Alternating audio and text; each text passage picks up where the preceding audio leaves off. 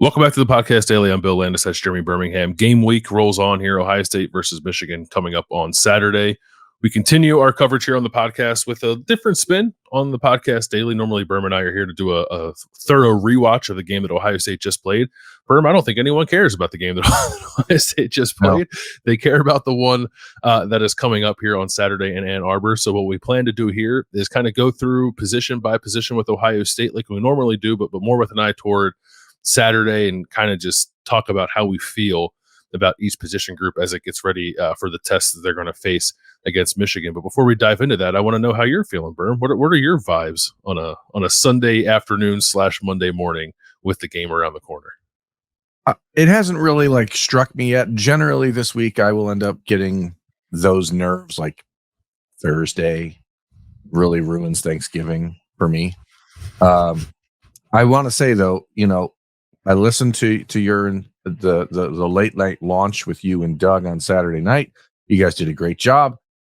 You starting this show, you said it's game week. I need to be clear about something, Bill. It is the game week. My apologies. Okay? Yeah. I know that you're still relatively new to this rivalry, but I've been around for a decade. I guess I should know better. Yeah, it is different. This one feels different than a lot of them.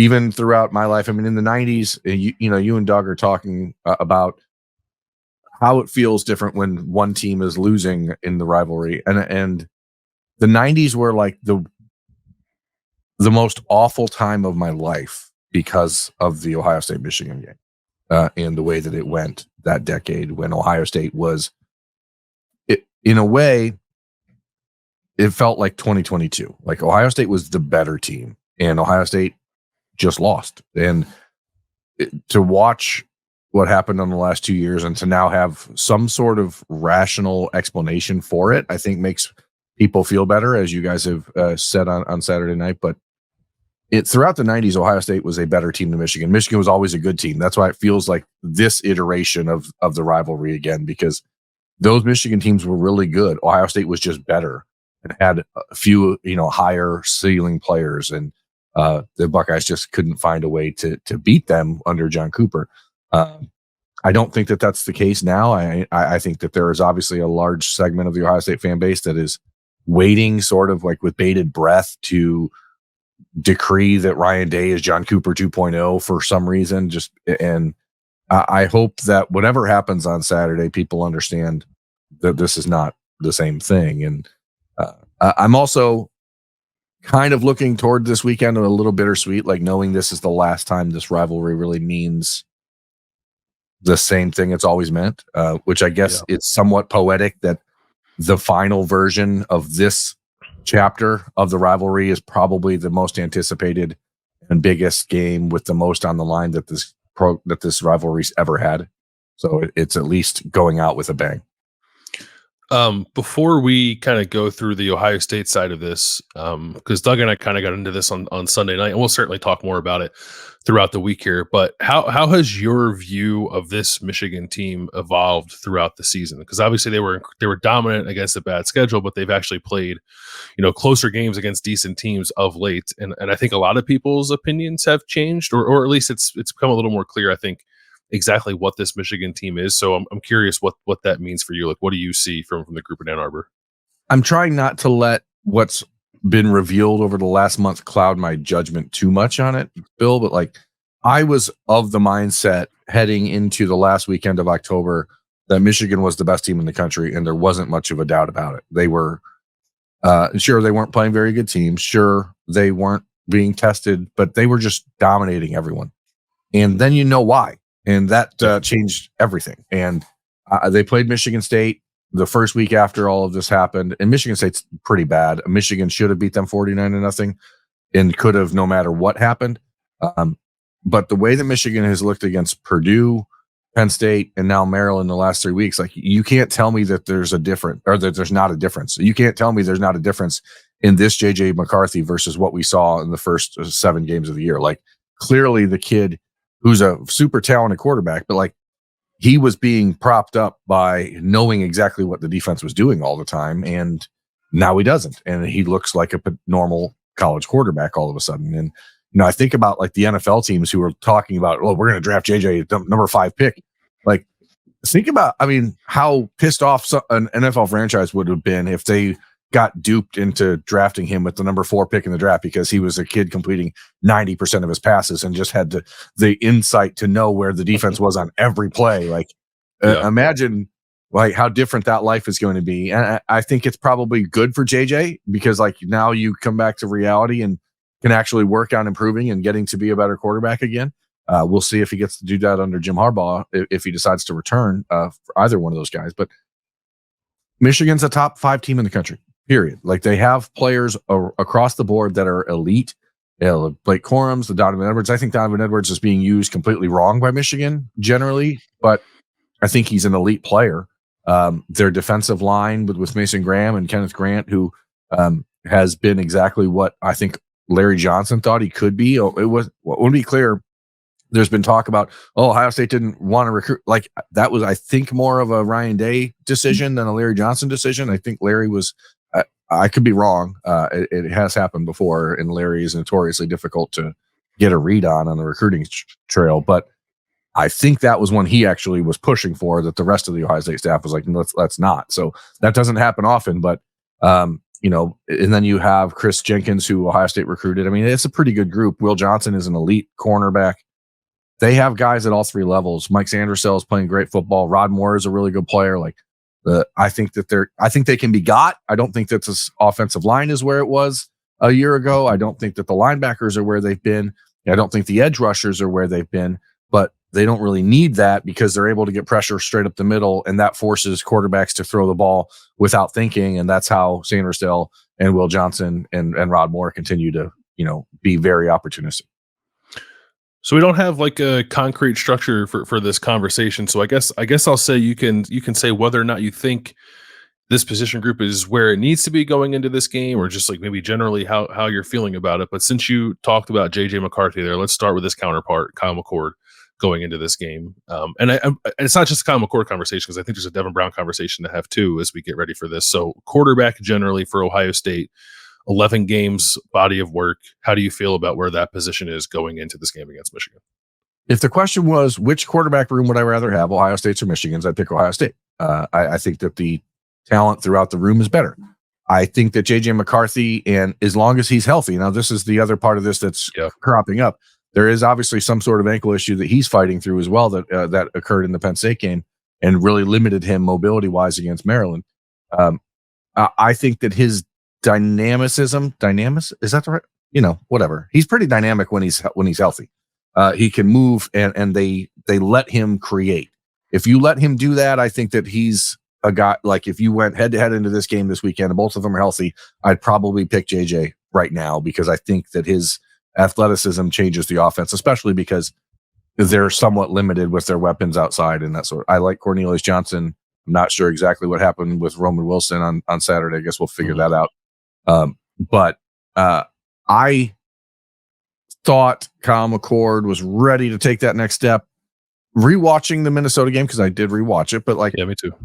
I don't think he played poorly. I just don't think it was like an elite performance, or like it wasn't the building on the Michigan State game that you would have hoped to see. Like some of it is timing with guys that have been hurt, Cade, Emeka. Like maybe they're just off there.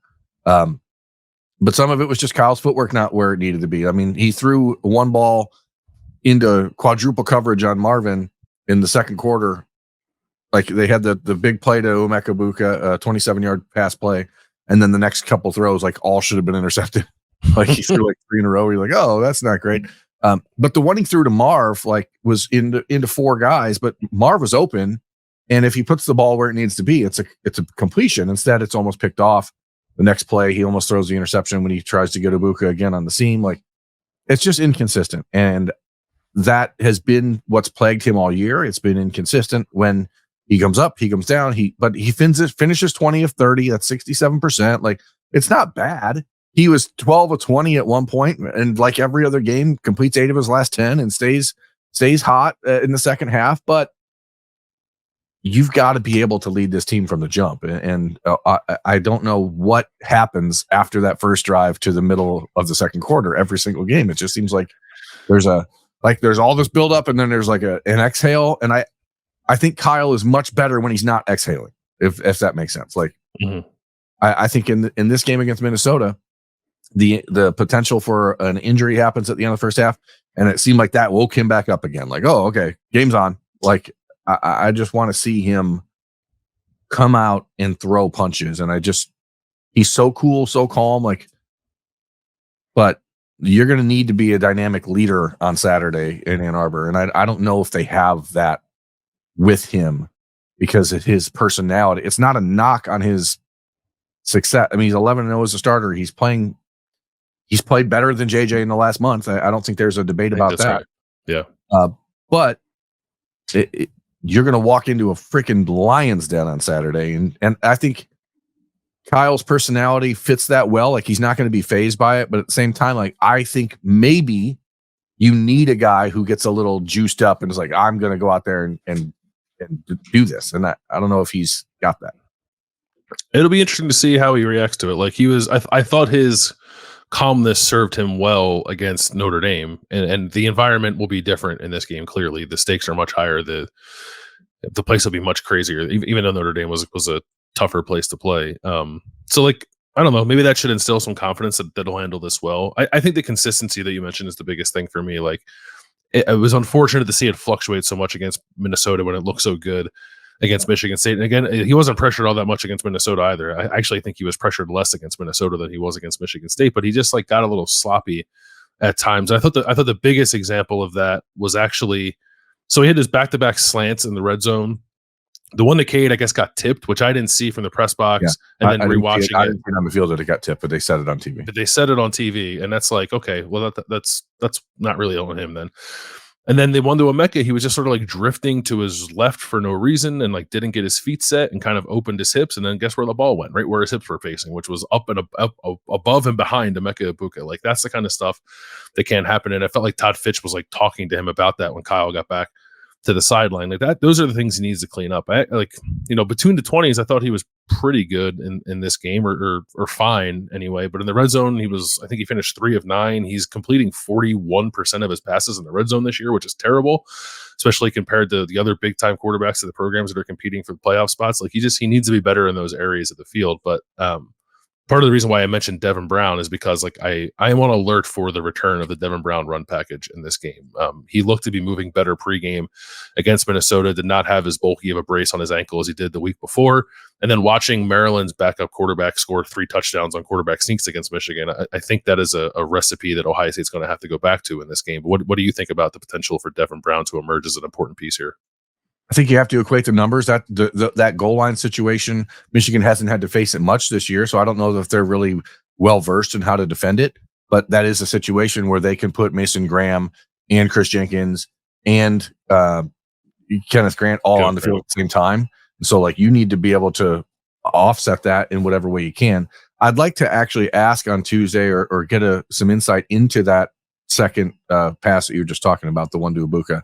It looked to me like it could have been an option route or something for Emeka, because he went outside first, and like I thought maybe it was a fade, and then he broke in and Kyle threw what I think was supposed to be to the back of the end zone. My thought with him in the red zone is that between the 20s, Kyle does a really good job of just ripping it and dropping back, foot in the ground, throwing the ball with purpose. It seems like, and it sounds like a stupid old coaching cliche, he gets in the red zone and he tries to aim the ball. And I don't know. Yeah.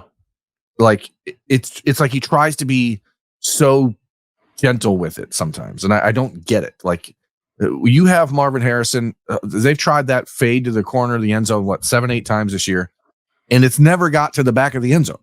It never gets to the corner. It's always thrown on the sideline and 4 yards into the end zone instead of 9 yards into the end zone. And I think it's just a matter of him not just finishing the throw. And I don't know if that's footwork. I don't know if it's just hurrying things. I don't know if it's trying to be too cute with it, but it's just like, as you mentioned, when you're dealing with Bo Nix, when you're dealing with Michael Penix Jr., when you're dealing with even Jordan Travis until the injury on Saturday, when you're dealing with Carson Beck, like, these guys are making those throws in the goal line areas, and Kyle's not. That's like the one area where he has not gotten to that next step. And if he doesn't get to that next step, I think that's a real problem for Ohio State against Michigan, because you're not going to get 6 opportunities in the red zone next week. You're going to get 2 or 3, and you got to strike on all of them.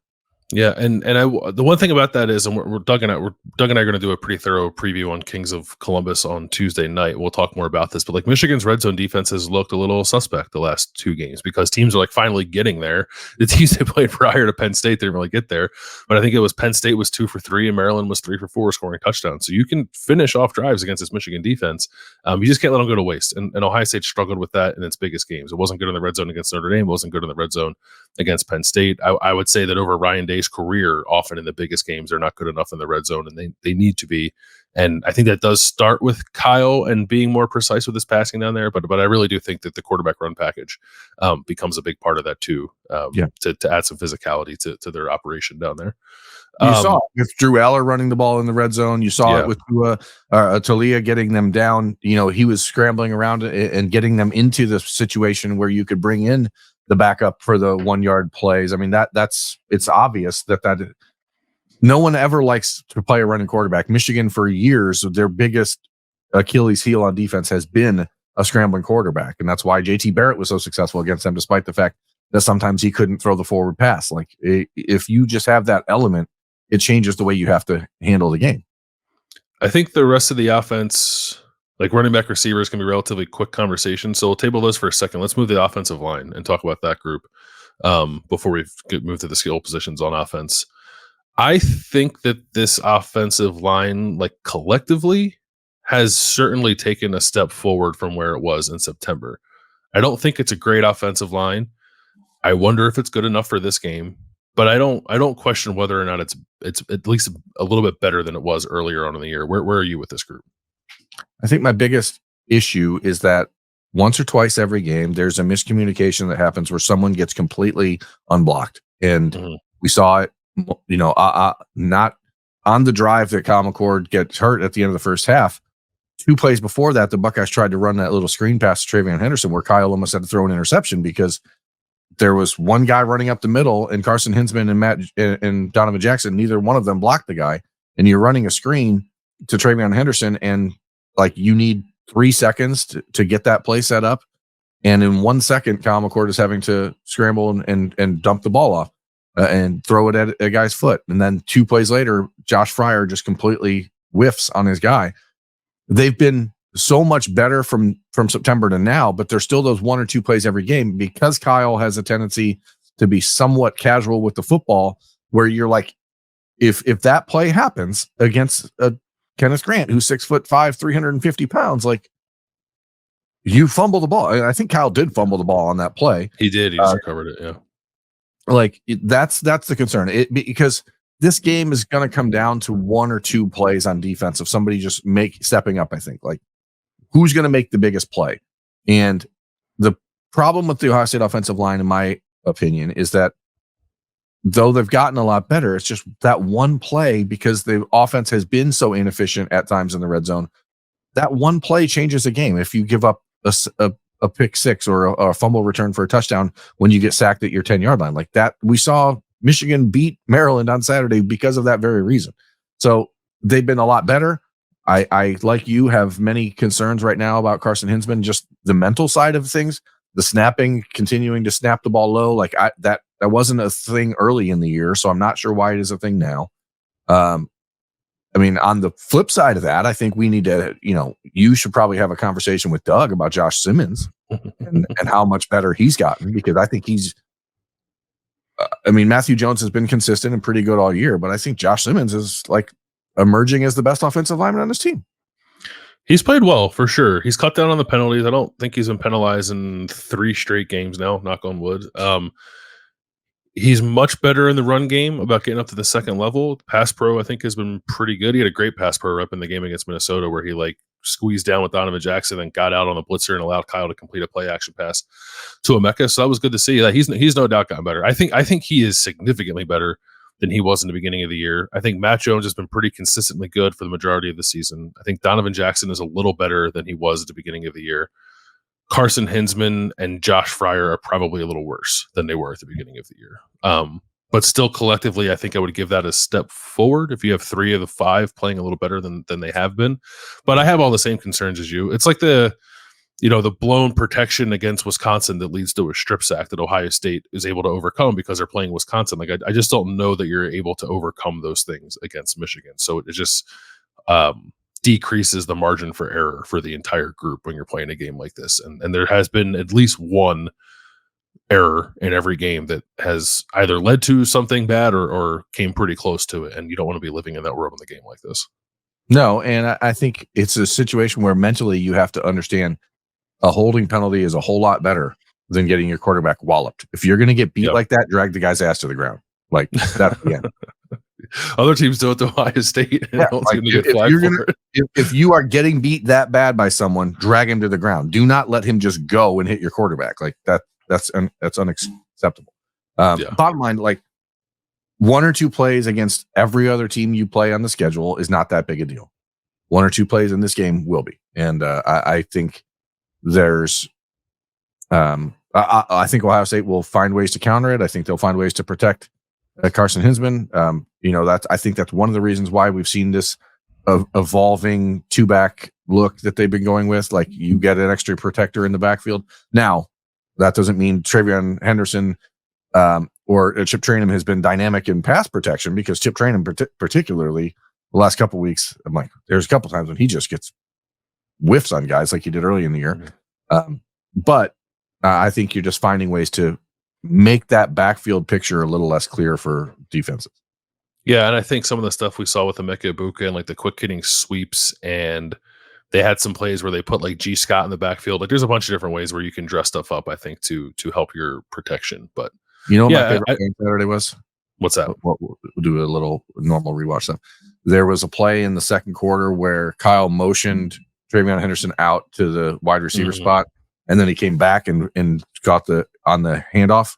Like it was like, I'm like, oh, that's so beautiful. Like just run him out to motion and then bring him right back and take a little end around with him. It's those type of things, those little wrinkles that Ryan Day has been adding, I think are designed for a team like Michigan, whose pressure is going to be all right up the middle. Yeah, it was good to see them. This was probably the best they've kind of threatened the perimeter, I would say, with a variety of plays. There was another game, maybe the Wisconsin game too, that did a pretty good job of that with some of like the sweeps with Xavier Johnson.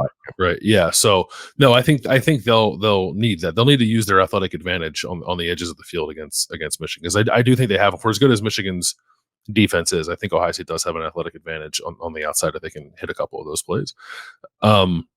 Let's go to running back, since you brought it up. You brought up the pass protection, which is a good thing to bring up. I think you're right that it's not been consistent, although I think Trevion's been a little better with some of that stuff lately. But just in general, like I think this group is far more threatening than it was at the beginning of the year, and it's all about Travion Henderson being healthy and looking right and looking like one of the best running backs in the country, to the point where Blake Corum and Donovan Edwards are really good, but with the way that everyone's playing right now, I'd rather have Travion Henderson out of anyone else that's available to play running back in this game. Yeah, Travion Henderson now leads the Big Ten in rushing yards per game, despite missing 4 weeks.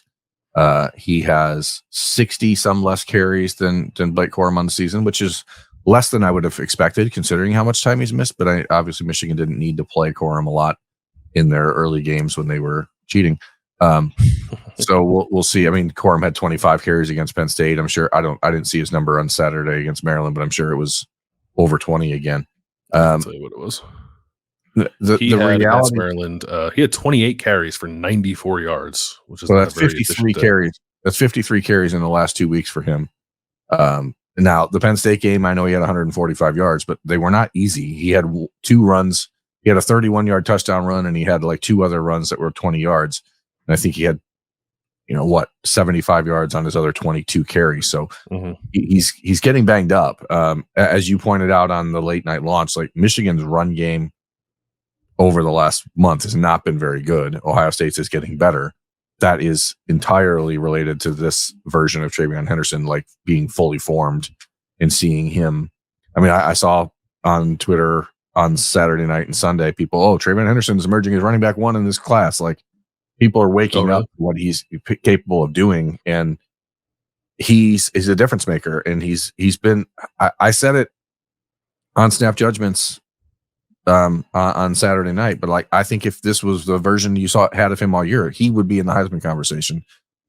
Maybe more so than Marv, and I believe that. I believe that he has been the most valuable player for Ohio State in the last month, and that's not even close. I mean, he's had 208 yards against Rutgers, 207 yards against Wisconsin, or the other way around. He had almost 200 yards in total offense last night against Minnesota. Like, the dude is like killing people right now. And the beauty of it is that it's not just happening in the run game, because he's really, really a dangerous threat in the passing game, but he is being used in a way that's so much different than Ohio State did at the beginning of the year, that like you have to appreciate the evolution of Ryan Day and Justin Fry's run game coordinator and Tony Alford, and figuring out, hey, let's figure out different ways to get him the ball, because when you have Marv, you know that you can attack down the field, but now you have this other weapon that you have Travion, who you can use to attack at the line of scrimmage, and you have Cade Stover, who you can use to attack 8-9 yards down the field. You have Emeka and Marvin to attack down. Like, this is an offense that's finally coming together, and it's entirely because of Travion Henderson. He does open up a lot for teams, and I feel like defenses have been a little more in conflict against Ohio State, like whether they need to play back with their safeties or put more guys in the box. And Ohio State, I think, has done a better job of countering whatever that look is, right? Like, there have been times throughout Ryan Day's tenure where I thought he's been a little stubborn, like running into heavy boxes. And I think now they're doing a much better job of, like, when they're playing you to run, you throw the ball. When they're playing you to throw, you run the ball. And I think that's opened up space for everybody. Travion's over 1,000 yards from scrimmage this year. He's averaging almost 7 yards a carry. Like, this is the guy, I think, when they got him, you thought he could become. And he's maybe a version of this earlier on in his freshman year before he started to get banged up a little bit. But even I think this is still much better than what he was as a true freshman. He's running on balance better. The jump cuts are devastating. I think his vision's a little better. He's doing a much, much better job. I actually think maybe one of the best developments for this offense over the second half of the season has been, one, they're not running the stretch play as much, but two, when they do run it, Travion is doing a great job of, like, pressing the hole and then kind of bouncing it out, or just bouncing it out from the start and hitting that cutback crease that's been so devastating for previous Ohio State backs like Trey Sermon and J.K. Dobbins. I never thought Travion did a good enough job of taking advantage of that, but he's doing it now. He did it on a 75-yard touchdown run that he had against Minnesota. And if you can get that going and, like, get that defense washed down to the play side, and then have Travion with his explosive potential kind of in space on the backside of the play with one or two defenders to make miss, like, he's going to make those guys miss more often than not. And that's how you get the big hits in the run game. And I think they've done a nice job of finding that kind of space over the last, 4 or 5 games, I guess. And I think Travion is among the most important players in this game, because I think the one thing that Ohio State definitely has over Michigan is explosive offensive potential. Not that Ohio State's hit it with any kind of consistency, but they've hit it much more than Michigan has. And I think that's at receiver, and now it's at running back too with Travion. Yeah, and the Buckeyes have done a nice job in the run game, getting Xavier Johnson involved, using Emeka Egbuka in the last couple of weeks. I mean, I know those counted as passes on Saturday night, the pop passes and stuff, but that changes the offense. And it sort of got lost in the shuffle on Saturday night, I think, because the way the game went and everyone just kind of checking out after it's 37-3. But Dallin Hayden is the second best running back on this team and needs to carry the football if it's not Travion Henderson. And you are now in a position, they said this on the TV copy, and you can, I don't know if it's right or wrong. He's now played in 3 games. He can play in the Michigan game. And because the postseason doesn't count towards your redshirt year, he can now play in the Michigan game, potentially the Big Ten championship game, and the playoff, and still redshirt if that's what they want to do, which is, I mean, I guess it turned out to be pretty smart for Ohio State. But in my opinion, like, Dallin Hayden is as good an option as Chip Trayanum carrying the football. And I like Chip, but he's a plow ahead type of guy. I like Chip, on 3rd and 1. I don't necessarily want him in there on 1st and 10. So I think Dallin Hayden getting into the game and getting his feet wet and getting going again, like, he's a really good player. I mean, the kid had 300-yard games as a freshman and was sort of an accident last year. And this year it's been like, well, we don't want to use him, break glass in case of emergency. But now they sorted it out and did it the right way. And I think you will see him against Michigan. So I thought the way Ryan Day talked about Dallin Hayden was interesting. I'm glad you brought him up because I was unsure. I thought when he went into the game that he had already played 3, and I was like, I can't believe they're burning his red shirt against Minnesota. Yeah. And then after the game, like Austin's like, no, he only played 2. I was like, okay, I'll calm down then. And then Ryan Day said the same thing. He has 2 more games left to play.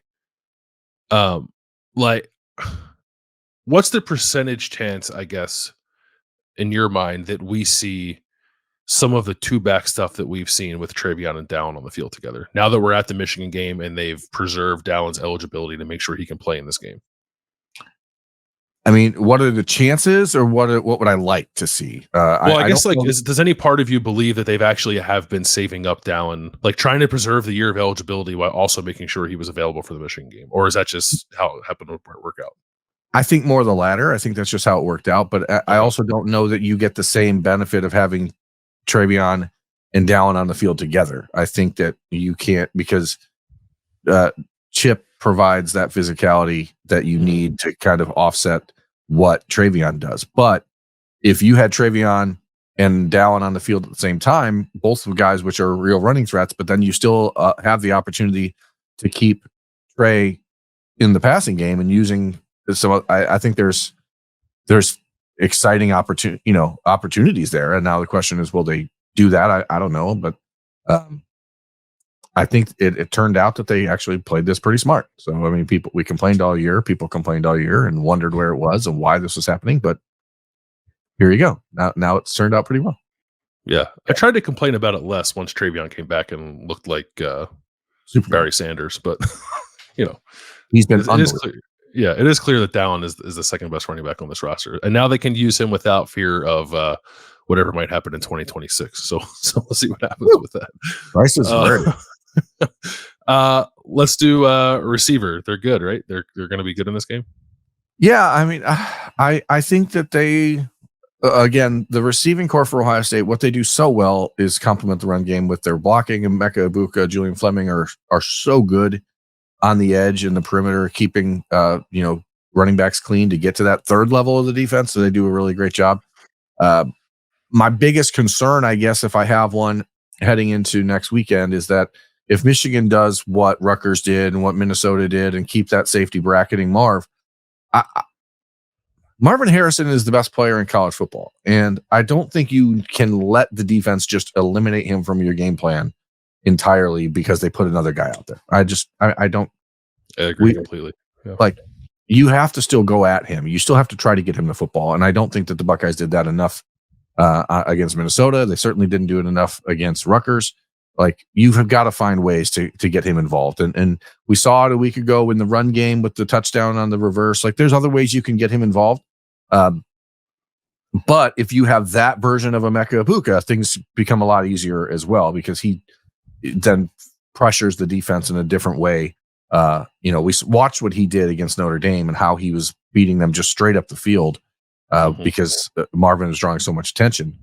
But, I like where they're at. I would like to see that group of Julian Fleming, Emeka Ibuka, and Marvin Harrison out there, pretty exclusively this weekend against Michigan. I know that you can get good reps out of Xavier Johnson, but I don't think you need to play around with cutesy time stuff when you can use Emeka in the same way you use Xavier, and allows you to keep Trey and everyone else on the field.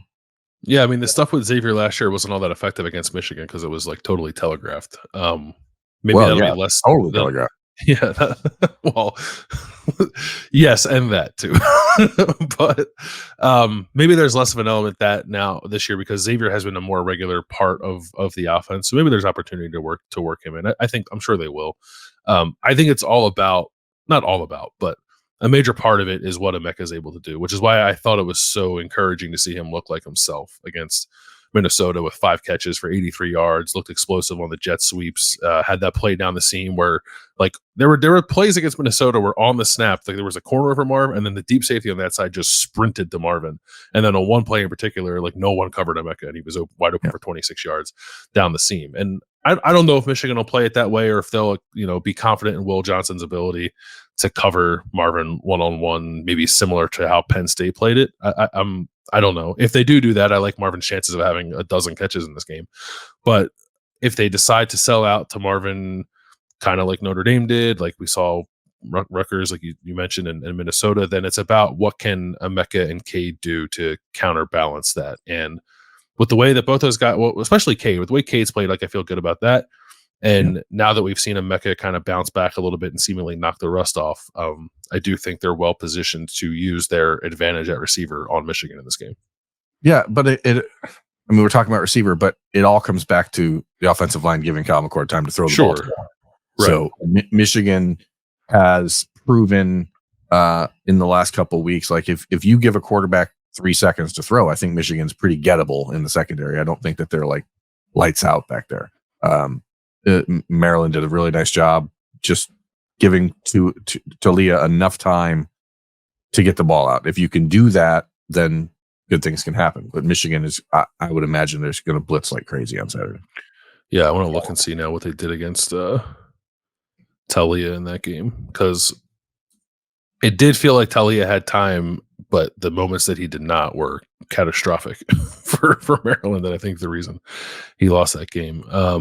He was under pressure on basically 40% of his dropbacks and was blitzed 37% of the time per PFF. And the numbers are terrible. He was 3 of 10 under pressure. He was 8 of 11 against the blitz, but threw a pick and no touchdowns. And I think fumbled once. So, yeah, I mean, everything. Yeah, there's multiple reasons for Ohio State fans to feel really good about the skill advantage that Ohio State has in this game, but none of it matters if Kyle McCord is running for his life. But brings it all back to the offensive line is, I think, probably the most important part of this game. Agreed.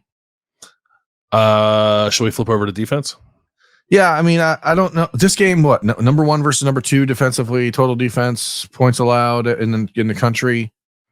It's so weird, Bill, because I look at this Ohio State team and maybe I'm just still like shell shocked from the last couple of seasons of defense, but like I'm still, and I want you to tell me if you think I'm crazy, and because I'm sure a lot of other people feel this way, like are just waiting for that bad game to happen, like just waiting for it to like collapse.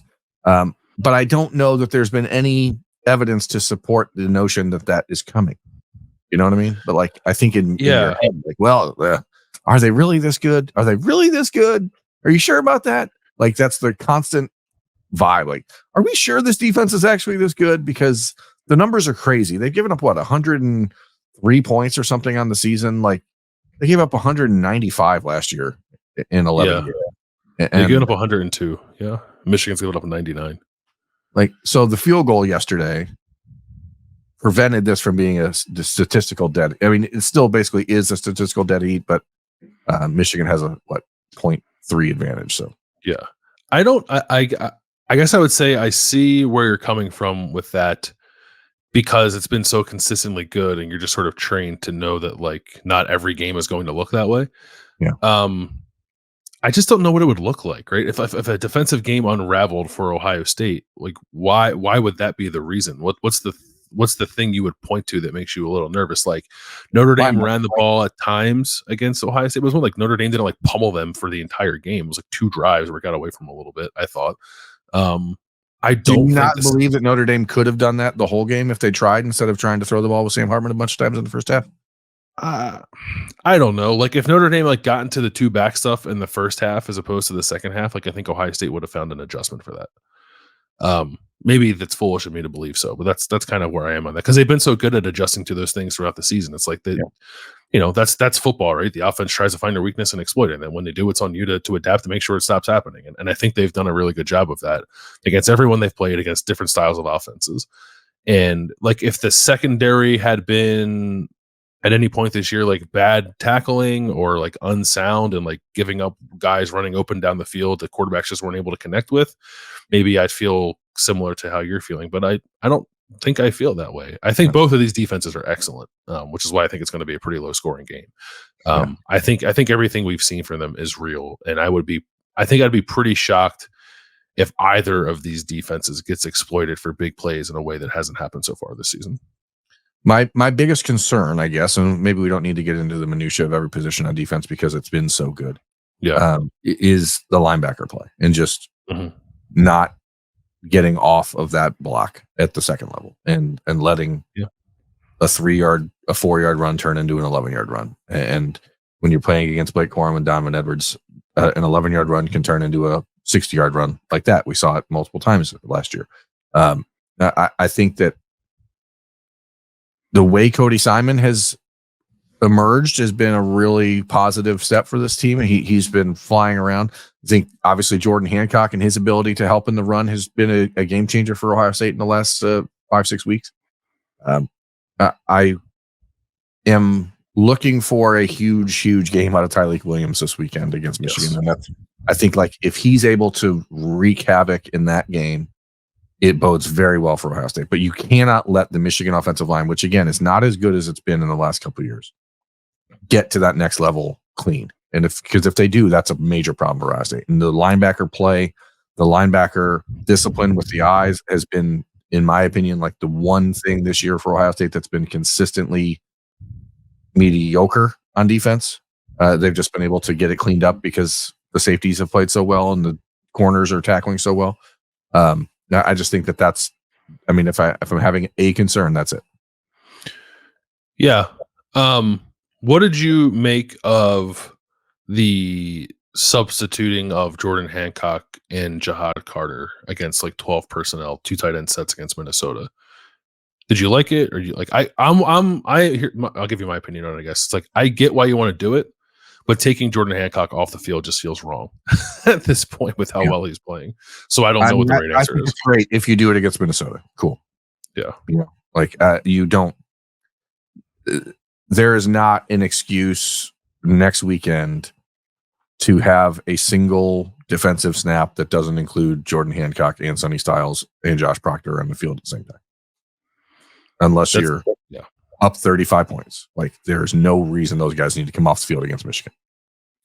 Yeah, that's kind of how I feel too. And it's like John Carter played fine, I guess. I think if you average it out, Minnesota probably moved the ball better when they went to that look than they did otherwise. But I just think Jordan Hancock is so good against the run that I don't know that I feel like you need to take him off the field. Like, Jahad Carter's bigger. It's like a 20-pound difference almost. Like, I understand that, but Jordan Hancock, every time he's been put in a position to defend the run and take on a block, he's done it. So why wouldn't he be able to do it against Michigan? Now, if Michigan's doing the thing it did against Penn State where it puts like 8 offensive linemen on the field, that's a different proposition, I suppose. But if it's just 2 tight end stuff, I don't know. I think Jordan Hancock can hold his own there. Yeah, if you're going to do the 7 to 8 offensive lineman thing, then Cody Simon's out there and you have the 3 linebackers and maybe even, like we talked about, some 5-man front. You never know. By the way, speaking of defensive line play, which we weren't, have you ever seen a defensive tackle get called for a hold on a play as quick as Hero Canoe got called for the hold on Saturday against Minnesota? No, I don't think so. I've never seen a defensive tackle get called for a hold on a play that lasted 1 second and it was a 1-yard run. Like, I've never seen that. It was weird. I don't think I've seen it before either. I wonder if he just like took the guy and like threw him out of the way. I didn't see that on replay. Like, I don't know if he just ragdolled the guy or what, but bottom line, like, this game, you have to have your best players play, and the time for experimentation is over. The time for, deploying different looks in the secondary just to give guys some reps is over.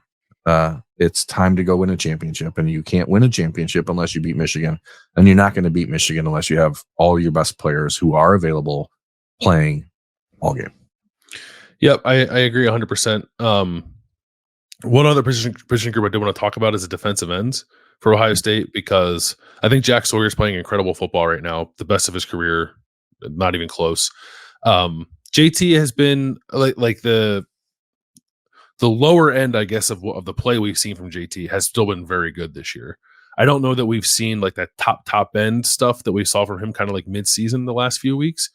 And I think it needs to show up against Michigan. And I think there's opportunity too, with what's going on with Michigan's tackles. Like, their left tackle, Darius Henderson, didn't play against Maryland.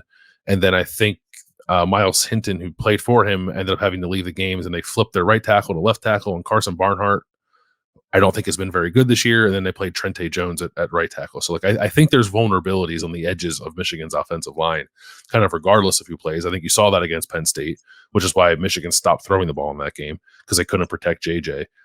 You mentioned Tyleik Williams. Like, I think this is the potential for Jack Sawyer and JT Tuimoloau to maybe have the kind of game where they're sort of controlling things and dictating terms for Ohio State. Yeah, the thing with JT is that he seems to play his best games in the biggest moments. That's sort of been his thing. I wonder if he's a little banged up. There's been multiple times in the last few weeks where he's been slow to get off the ground, and it looks like he's been crunched a few times. I mean, he looked pretty spry on the fumble recovery on Saturday night, and that was just a little glimpse into like his athletic ability. So many times you see a bouncing ball like that, and guy like can't pick it up, and here's just JT like Spider-Man's it, and then just holds it out with one hand like he's. I bet he's pissed off at Jordan Hancock for not blocking for him on that play, because Jordan was like, "Pitch me the ball." He wanted the touchdown. Yeah. Like, I can score if you just come block this dude. Like, unbelievable. Jack is playing great. I mean, this is a referendum game. I kind of think on him. Like, he's been pretty great against mediocre opponents. We'll see if he's ready to take that step. I mean, what really encourages me about Jack is how impactful he's been in the run game. Like, he is knifing through and making tackles in the backfield. I don't care about him as a pass rusher. Like, that's not what he's out there for, but he's been making himself known all over the field. I mean, even on Saturday, we saw Minnesota runs that little screen out to the sideline, and there's Jack Sawyer crumpling a dude. So it certainly seems like the light has come on for him, and I think it's awesome. But this is the type of game where you make money. So are you ready to go do it? Ohio State's defensive line has been great all year. This is the week where you make money. So go out there and do it. All right. So I think we kind of hit on all three levels of the defense there. We're going to talk a ton more. We're not going to talk about special teams. So we'll let Austin talk about special teams with you on Tuesday, because that's just No, that's fine. Yeah, we'll have that conversation. Like, we're gonna have a million more shows between now and when the game comes, whether that's on the daily or Snap Judgments or Kings with me and Doug. Like, we're gonna talk this game to death by the time Saturday rolls around. So I don't know that we need to dig into it too much, unless there's anything else on your mind before we wrap up.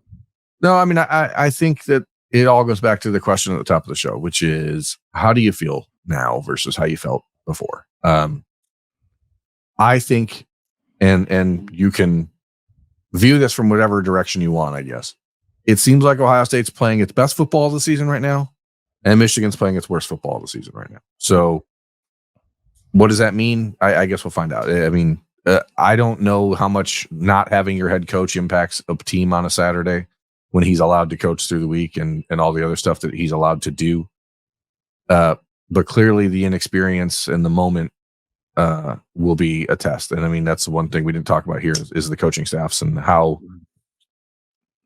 is Ryan Day ready for this? And that's, I thought that the things you guys were talking about on the late night launch on Saturday were very insightful, and speaks to the weird debate Ryan Day probably has to have internally right now about, like, do I feel better knowing that Michigan cheated, or do I feel worse knowing that Michigan cheated? Do I feel better knowing that they didn't beat me straight up, or does it make you go, well, now I have to go even harder to make sure that I prove them to show people like that's the thing. Ryan Day has been very, very good this year. He's been a different type of head coach this year than he has been in his first 4 years, but now the real one's here. And are you going to revert to what you've always been, or are you going to stay on this path of saying, if you want to play two deep safeties, we're going to run the ball. If you want to play 8-man box, we're going to throw it over your head. Or is he going to get into that habit of going back to the well and saying, oh, this is what I do when I get nervous and we throw the ball?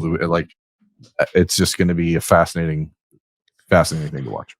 Yeah. I mean, it's the biggest game of the year, and there are a million layers to this thing that we're going to get into throughout the week, including later on today on Monday. Doug and I will have Kings of the North, where we're gonna dedicate a large chunk of that show to Ohio State, Michigan, but also kind of break down basically every game in the North this weekend, which it's rivalry weekend. There are other games across college football we're talking about, but none bigger than Ohio State versus Michigan. We'll be at Roosters later on Monday afternoon talking more about that. 1 o'clock. 1 o'clock in the afternoon if you want to swing by and have some fine food and listen to us talk more about this game. And then throughout the week here on the podcast channel and wherever you find your podcast. So we'll stick a pin in this one for now, continue the conversation throughout the week. But for now, that's Berm. I'm Bill. We'll talk to you later.